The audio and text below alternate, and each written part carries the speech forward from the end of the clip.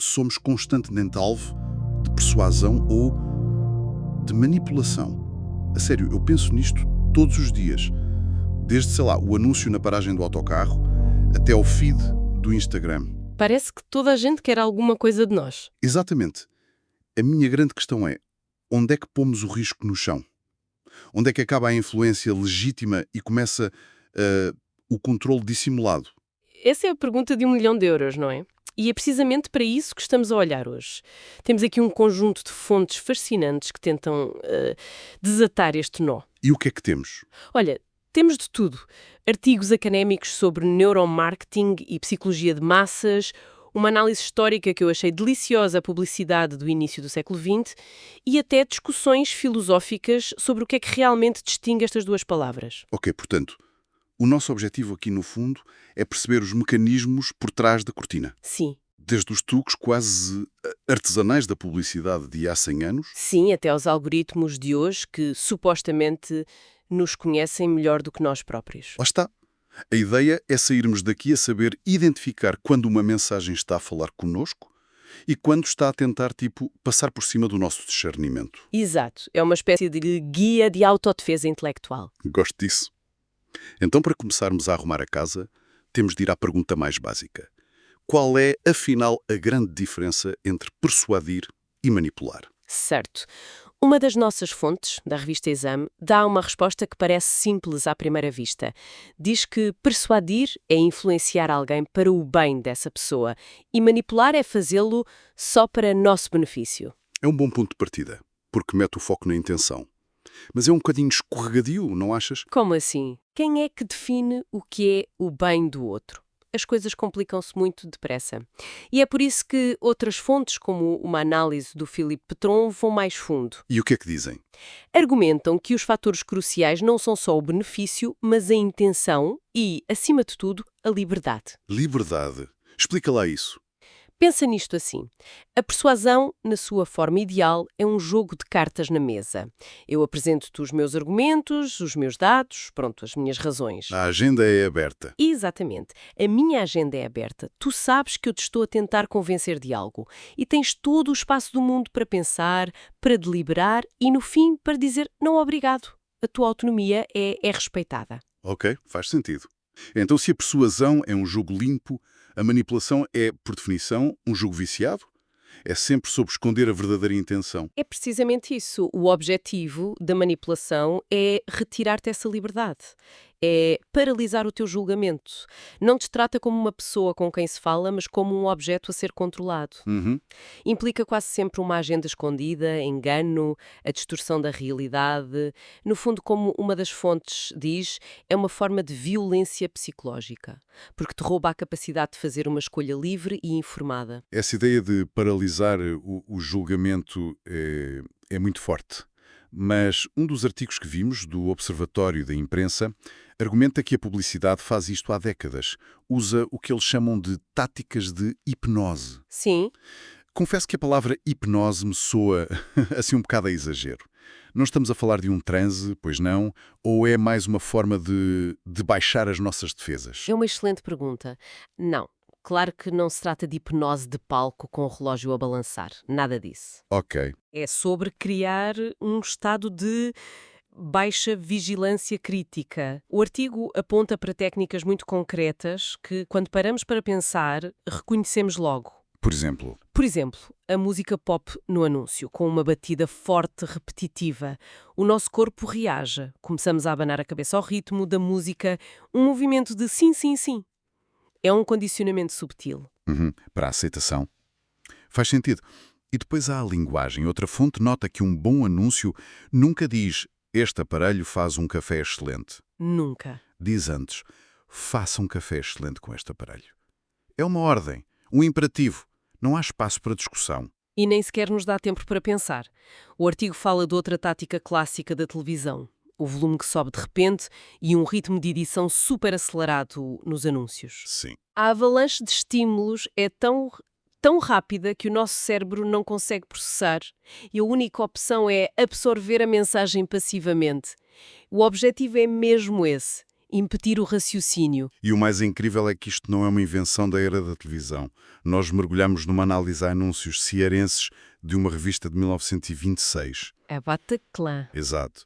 E estas técnicas já lá estavam todas, de uma forma quase poética. É fascinante, não é? A consistência da psicologia humana. Demos de caras com um anúncio aos cigarros dados. Sim. Não fala de qualidade, não fala de preço. Mostra uma jovem, muito elegante, ao telefone, a dizer a uma amiga que os cigarros são deliciosos. O apelo é puramente à sedução, ao paladar, à vontade de ser como aquela mulher. E a repetição. A mesma empresa, a Fábrica Iracema, usava o slogan "Fumar dados é saber gozar a vida em todo o lado". Por todo o lado. E uma das fontes explica um mecanismo. A repetição cria uma fadiga mental. O cérebro cansa-se de lutar e, pronto, a mensagem torna-se uma espécie de verdade. E quando a sedução e a repetição não chegam, usa-se a artilharia pesada, o argumento de autoridade. Havia um anúncio a uma lactaria, a Caixa da Fortuna. Esse é ótimo. Não havia um único argumento sobre as probabilidades de ganhar. Nada. Em vez disso, tinha uma recomendação assinada pelo padre Cícero, que era uma figura de uma influência Gigantesca. absolutamente colossal na região. Acabou a discussão, não é?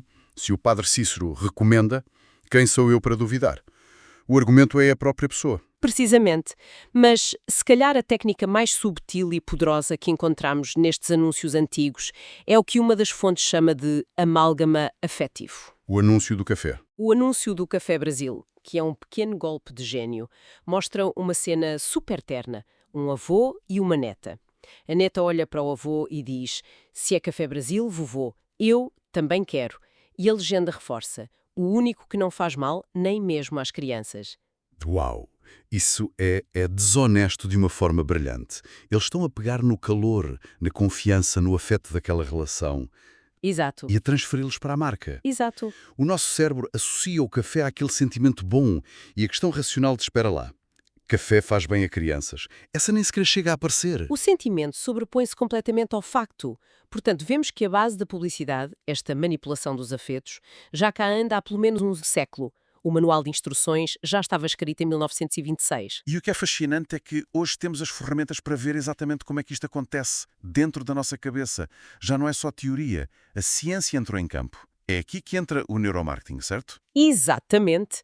As fontes que analisamos mergulham num dos estudos mais clássicos desta área, o desafio Pepsi versus Coca-Cola, da Universidade de Baylor. É o exemplo perfeito de como o cérebro constrói a realidade. Ok, explica lá como funcionou. Foi feita em duas fases. Na primeira, um teste cego. As pessoas bebiam os dois refrigerantes sem saber qual era qual. O resultado? Empate. Um empate técnico, 50-50. E as ressonâncias magnéticas mostraram que a atividade cerebral estava concentrada numa área chamada córtex pré-frontal ventromedial. Que é, em bom português... É o centro da recompensa do cérebro. A área que diz, isto sabe bem. Basicamente, a escolha baseava-se puramente no sabor. Mas depois veio a segunda fase. A prova com as marcas visíveis. Exato, desta vez as pessoas sabiam o que estavam a beber. E os resultados mudaram radicalmente. 75% disseram preferir a Coca-Cola. Uau! E o mais interessante foi o que aconteceu no cérebro. A atividade cerebral deslocou-se, iluminaram-se outras duas áreas. O córtex pré-frontal lateral, que está ligado ao pensamento de alto nível, e o hipocampo, que é fundamental para a memória. Isso é incrível. Quer dizer que a marca, a memória do anúncio de Natal, a cor vermelha, a ideia de felicidade, tudo isso alterou a forma como o cérebro processou o sabor? Literalmente. As pessoas não estavam a provar um líquido, estavam a provar uma vida inteira de associações. É essa a essência do neuromarketing. Como um dos artigos académicos sublinha, a ideia não é encontrar um mítico botão de compra no cérebro. As decisões são muito mais complexas. Claro. O objetivo é compreender cientificamente que estímulos, uma cor, um som, uma história, ativam estas redes de memória e emoção que, por sua vez, influenciam as nossas escolhas, muitas vezes de forma totalmente inconsciente. O que nos leva, claro, para um campo minado de questões éticas. Uma das fontes até fala de uma nova disciplina, a neuroética. Sim. Porque se uma empresa consegue ler as minhas reações cerebrais a um produto, até que ponto os meus gostos ainda são privados?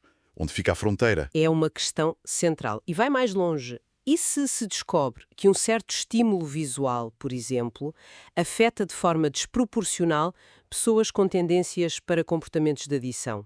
É ético usar isso no anúncio? Exato. E, claro, o grande fantasma da manipulação subliminar, de sermos influenciados sem a mínima consciência.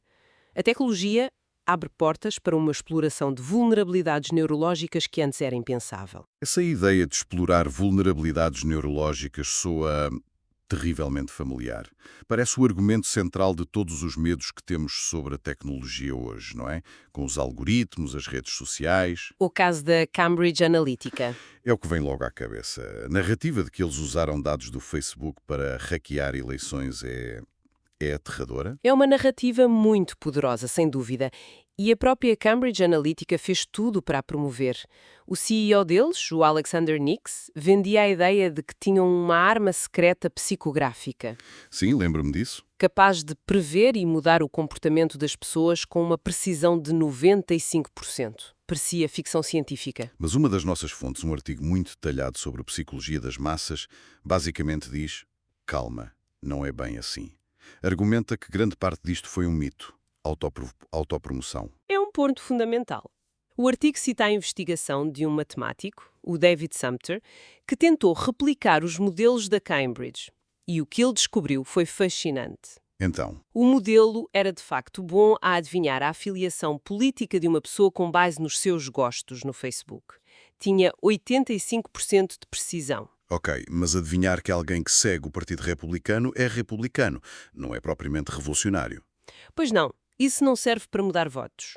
O grande desafio seria prever a personalidade de alguém ou mudar a opinião de um indeciso. E E aí falhava. aí o modelo era muito, muito fraco. A capacidade de classificar traços de personalidade complexos, como o neuroticismo, era só um bocadinho melhor do que atirar uma moeda ao ar. Ah, sério? Sim. O próprio criador do sistema original admitiu que a tal arma secreta era mais uma fantasia do marketing do CEO do que uma realidade científica. Espera lá. Então o que as fontes estão a dizer é que o grande perigo não é uma superinteligência artificial que nos controla como marionetas. O verdadeiro perigo é outro. Exato. O perigo é o facto de as novas tecnologias, redes sociais, microtargeting, serem ferramentas incrivelmente eficazes para aplicar princípios de manipulação psicológica que são, na verdade, muito antigos. Ah, A tecnologia não inventou nada de novo, apenas deu-lhe uma escala e uma eficiência assustadoras. então o que estás a dizer é que o algoritmo da Cambridge Analytica, no fundo, não é mais do que uma versão em esteroides do anúncio do Padre Cícero a recomendar a lotaria? É uma analogia perfeita. A tecnologia mudou, mas o princípio de usar uma figura de autoridade, ou hoje um influencer, para contornar o raciocínio é o mesmo. É isso mesmo, e uma das fontes liga isto de forma brilhante à psicologia das massas de Freud. As redes sociais são máquinas perfeitas para criar o que Freud chamava de massas psicológicas. O que nós hoje chamamos de bolhas. Bolhas ou câmaras de eco, exatamente. E dentro destas massas digitais acontecem fenómenos que Freud já descrevia há 100 anos. O pensamento crítico individual diminui, as emoções reprimidas vêm à tona, especialmente a raiva, que figuras como o Steve Bannon souberam explorar de forma genial, e as pessoas tornam-se altamente sugestionáveis. Ou seja, a tecnologia não nos manipula diretamente, ela cria o ambiente perfeito, o recreio ideal para que sejamos manipulados por dinâmicas de grupo que são profundamente humanas. E que sempre existiram. Precisamente. E nem sequer precisamos de ir a Freud. O sobrinho dele, o Edward Bernays, nos anos 20, pegou na psicanálise do tio e criou o que ele orgulhosamente chamou de engenharia do consentimento. Ah, sim. Ele usou estas técnicas para manipular a opinião pública para tudo. Desde convencer as mulheres a fumar em público, associando o tabaco à libertação feminina, até orquestrar golpes de Estado na América Latina a favor de empresas americanas, e fez tudo isto sem um único computador. Incrível. As ferramentas eram jornais, rádio, eventos públicos. Mas a lógica de explorar o inconsciente coletivo era a mesma. Bem, depois desta conversa toda, parece-me que o medo da tal máquina de controle mental do algoritmo todo-poderoso é se calhar uma distração. Sim, pode ser. Desvia-nos do problema real, que é reconhecer que a mente humana tem vulnerabilidades. Sempre fomos suscetíveis à manipulação pela emoção, pela autoridade, pela repetição. Pela pressão social. O manual de instruções da mente humana permaneceu surpreendentemente consistente. O que mudou foram as ferramentas. De um anúncio de cigarros numa revista de 1926 a uma publicação patrocinada que nos aparece no telemóvel. O objetivo é muitas vezes o mesmo. É o mesmo. Contornar a nossa razão e apelar diretamente aos nossos instintos, às nossas memórias e emoções. A diferença é que hoje isso pode ser feito à escala de milhões, em tempo real e de forma personalizada. As fontes que vimos fazem aquela distinção que parecia clara no início. Persuasão para o bem do outro, manipulação para o nosso. Mas, ao juntar as peças todas, fico a pensar numa zona cinzenta. Uma zona muito desconfortável, sem dúvida.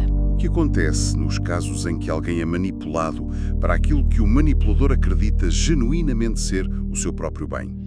Uma das fontes menciona aquela frase dos jesuítas: "Dai-me um menino até aos 7 anos e eu vos darei o homem."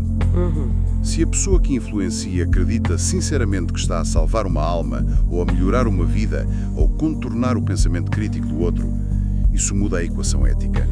Onde é que acaba a boa educação e começa a má doutrinação?